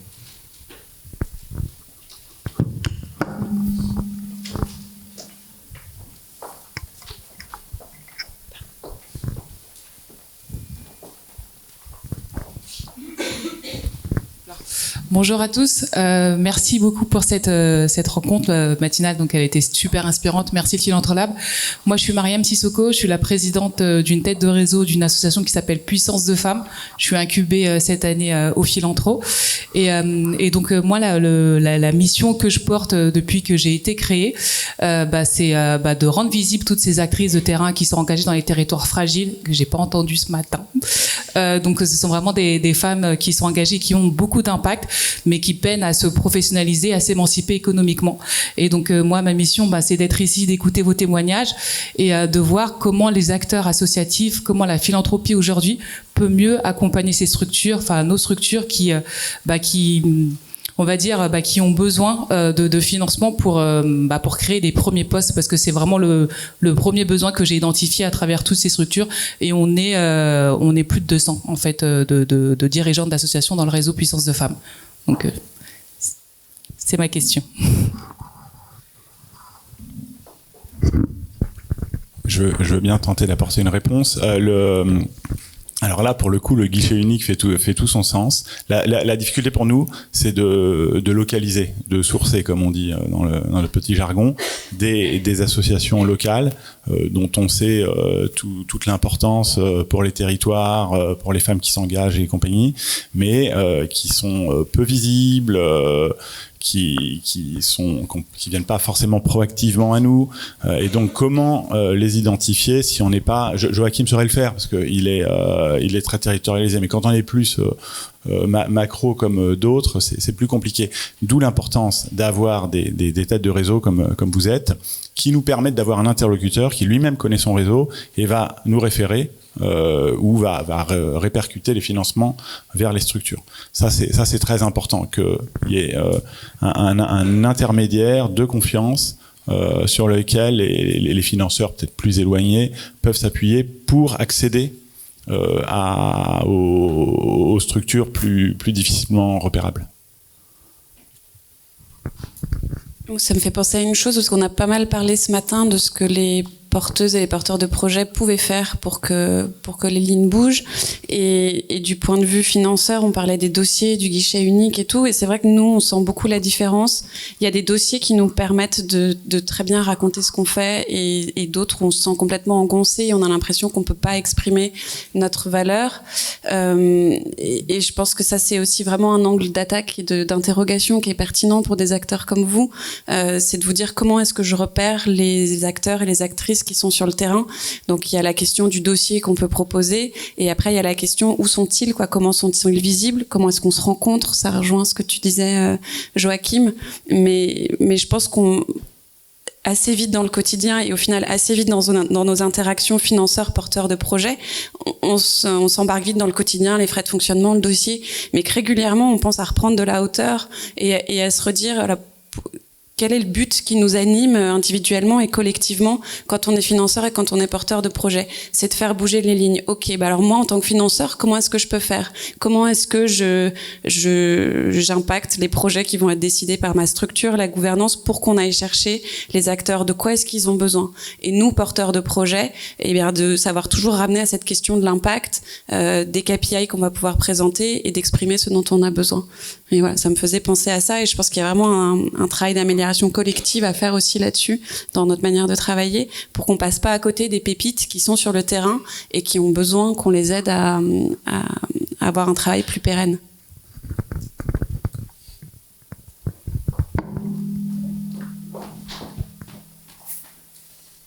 Merci.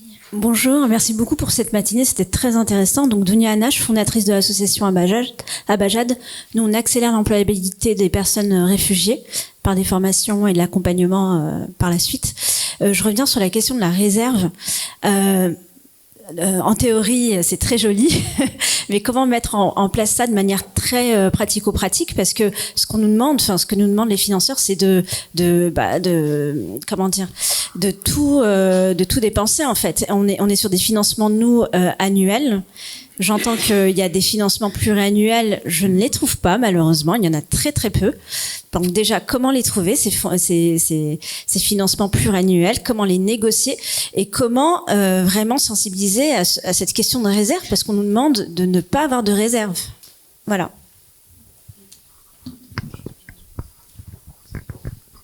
De côté Fondation Sisley, moi ce que j'observe quand même de plus en plus, c'est que dans les contrats de mécénat qui nous sont proposés, des frais sont prévus. Donc je ne sais pas si c'est quelque chose qui peut être systématisé, mais maintenant d'avoir un dossier où il y a, 10-15% du montant du mécénat qui est justement fléché vers des réserves ou d'autres frais que ceux qu'on eu ensemble a priori, maintenant c'est quand même quelque chose qu'on voit vraiment beaucoup. Donc peut-être que déjà ça peut être un moyen de faire grossir la réserve au fur et à mesure. Pour vous répondre sur les fondations ou les fonds de dotation là vous avez raison, c'est qu'il n'y a pas assez de communication sur les financements pluriannuels. Moi j'ai connais beaucoup de cas de figure où en fait il y a plutôt un test sur 1 an pour voir si la relation se passe bien et ensuite ça déclenche du pluriannuel. Mais là où vous avez raison, c'est que c'est souvent pas tout à fait clair quand vous répondez. Moi, j'ai une espèce de double casquette parce que je suis fonds redistributeur, donc je vais aussi chercher de l'argent, mais je les redistribue à des porteurs de projets. Et donc, j'ai aussi cette casquette-là d'aller chercher des fonds. Et en fait, le pluriannuel, c'est compliqué parce que c'est rarement explicitement dit. Mais on pourra en discuter peut-être après pour vous donner quelques clés.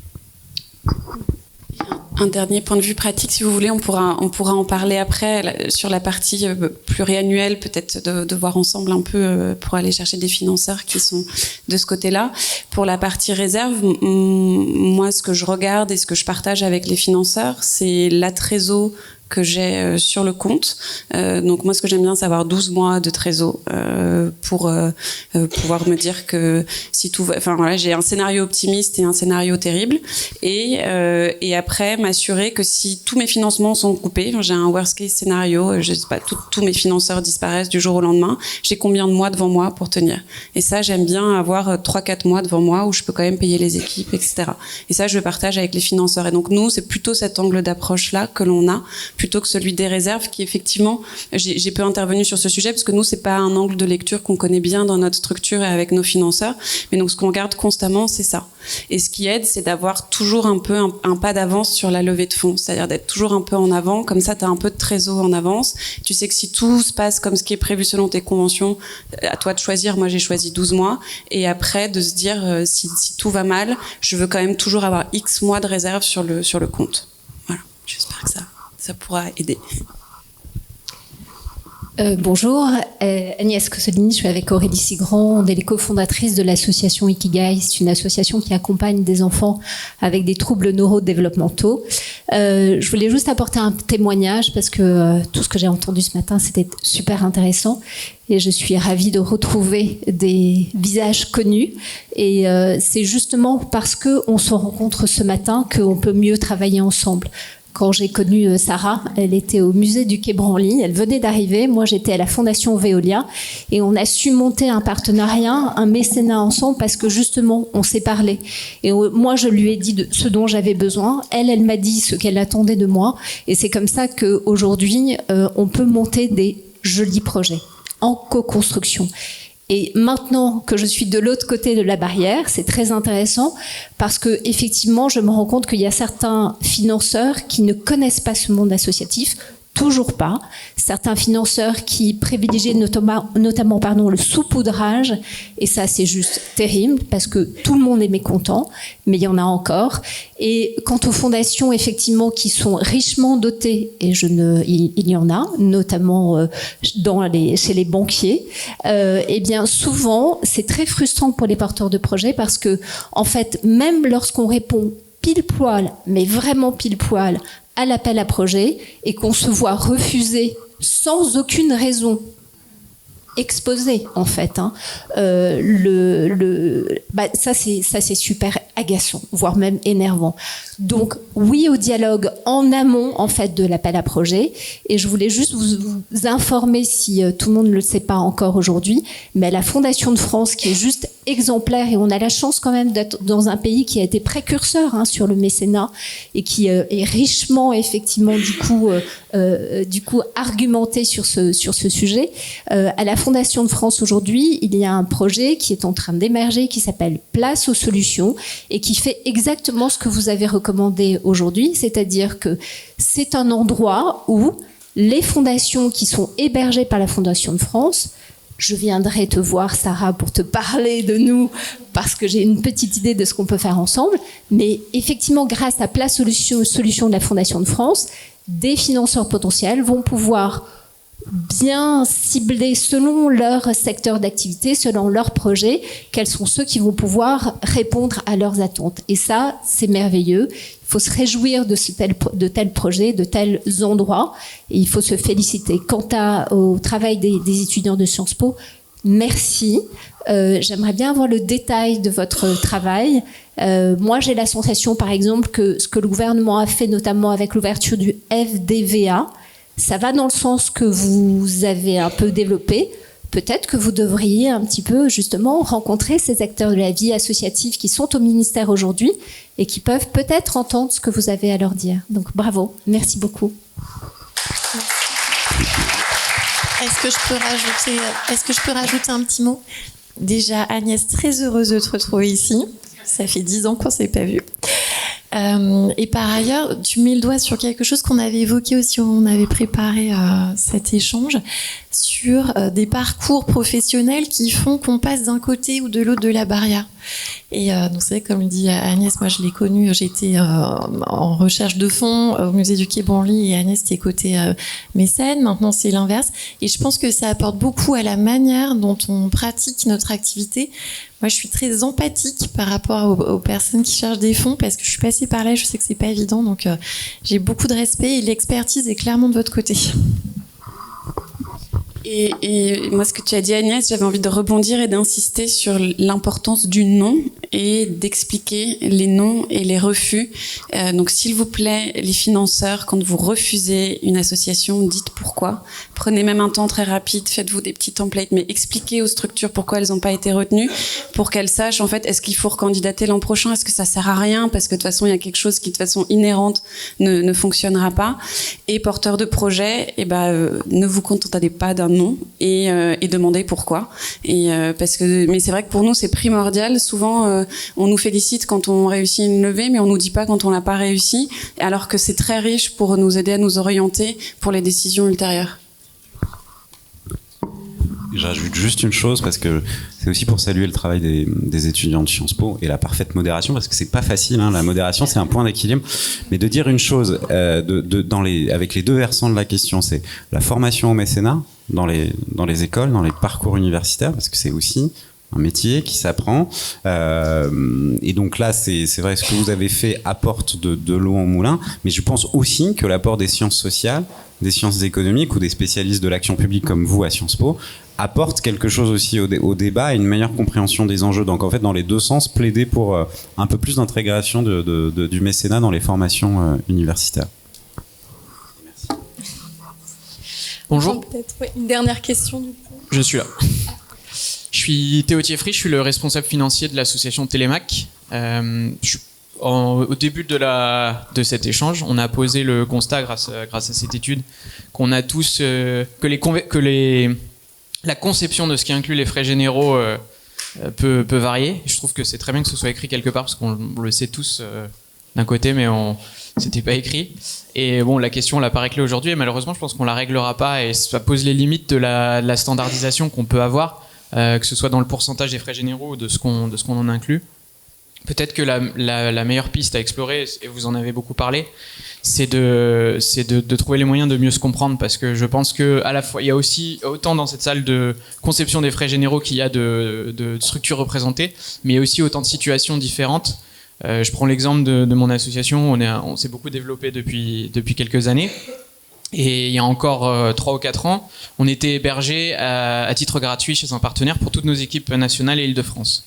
Aujourd'hui, on a plus de 70 personnes dans 10 lieux en France, et donc forcément, nos coûts de frais de location ont explosé en 3 ans. Quelqu'un qui regarde ça sans connaître notre contexte va se dire mais ils font n'importe quoi. Non, on a juste plus l'opportunité de se faire héberger à titre gratuit puisqu'on est beaucoup plus nombreux. Donc c'est des choses qu'il faut pouvoir créer. Je sais que c'est pas facile, mais les pistes à explorer, c'est plutôt ça, de créer le cadre pour expliquer.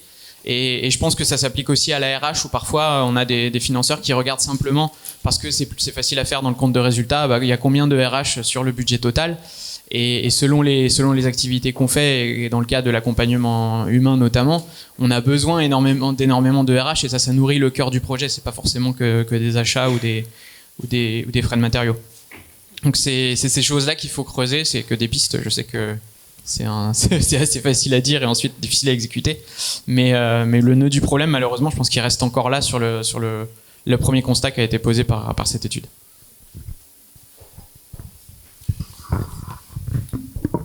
Oui, merci beaucoup. Je pense qu'il ramène à un des points qu'on a évoqué ce matin, qui est comment est-ce qu'on permet à une association de raconter son travail et de raconter sa valeur ajoutée. Ça, c'est la question d'un point de vue micro. Quel est le dossier qu'on propose? Est-ce que c'est de l'écrit? Est-ce que c'est de l'oral? Combien de questions on met? Comment est-ce qu'on les formule? Mais qu'il y a un vrai travail à faire là-dessus. Et nous, en tout cas, on sent la différence entre certains dossiers et d'autres qui permettent plus ou moins de valoriser le travail effectif.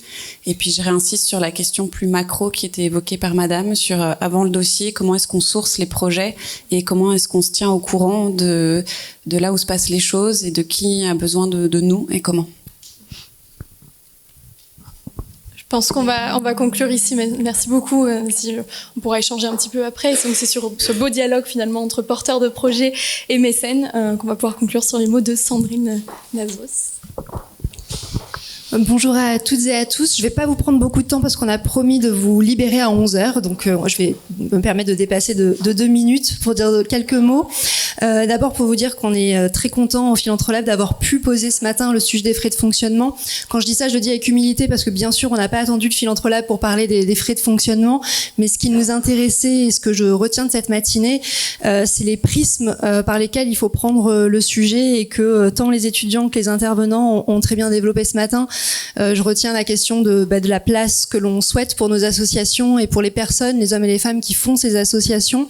Le prisme du dialogue, le prisme du fait de bousculer un petit peu les financeurs pour les acculturer, d'oser se parler, le prisme de la souplesse aussi que l'on attend, et le prisme aussi de la professionnalisation. Au Philantrolab, on assume complètement le terme de professionnalisation de la philanthropie, que ce soit du côté des philanthropes, des mécènes, mais aussi des porteurs de projets associatifs. Tous les jours, on travaille avec des femmes et des hommes qui ont la toute petite ambition de réparer le monde ou de changer le monde. Et pour ça, la volonté, ça suffit pas. Ils ont besoin de méthodes, de ressources, d'outils, de confiance, de dialogue. Donc, on est content de pouvoir apporter ça, notamment grâce, Olivia l'a dit en introduction, à nos 2 programmes, un programme d'incubation. Je fais un petit clin d'œil. Je suis très très heureuse d'avoir et Joachim et Vanessa qui sont tous les 2 passés par l'incubateur du Philantrolab, et je pense que la trajectoire et ce qu'ils ont pu dire ce matin montre aussi l'impact de ce programme ou de ces outils qu'on essaie d'apporter pour se professionnaliser. Vous êtes pour beaucoup ici des porteurs de projets associatifs, donc vous savez que vous faites 4, 5, 6, 7 jobs en général, donc on est heureux de pouvoir proposer ce programme, et puis depuis cette année un accélérateur aussi qui s'adresse à des structures un tout petit peu plus matures qui elles ont des problématiques un petit peu différentes de changement d'échelle, de passage à l'échelle ou d'essaimage, et donc j'en profite pour dire si vous voulez rencontrer ces personnes engagées, le 5 juin, ce sera la cérémonie de diplomation de l'incubateur. Vous êtes les bienvenus pour venir soutenir les incubés qui pitcheront leur projet. Et le 13 juin, on fera la cérémonie de clôture de l'accélérateur cette fois-ci. Et entre-temps, puisqu'on a la chance aussi de pouvoir vous proposer ces temps d'échange comme celui de ce matin, mais aussi des masterclass toute l'année, pour aider à cette professionnalisation, rendez-vous le 4 juin au matin pour une masterclass sur les innovations en fundraising avec notre partenaire Opening. Donc vous retrouverez toutes ces informations sur notre site internet. Et j'arrête de faire la pub du Philantrolab. Je voulais surtout finir en vous remerciant d'avoir été là ce matin, en remerciant et en félicitant les étudiants de Sciences Po pour leur travail. Encore une fois, comme l'a dit Olivia,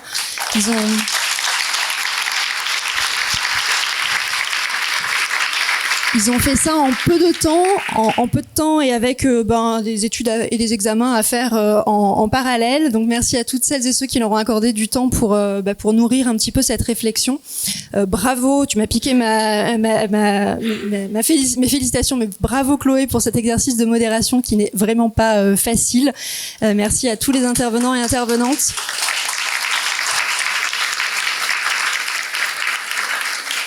Et merci de vous être fait les porte-paroles que ce soit des financeurs, des grant makers ou des porteurs de projets associatifs pour évoquer ce sujet. Bonne journée.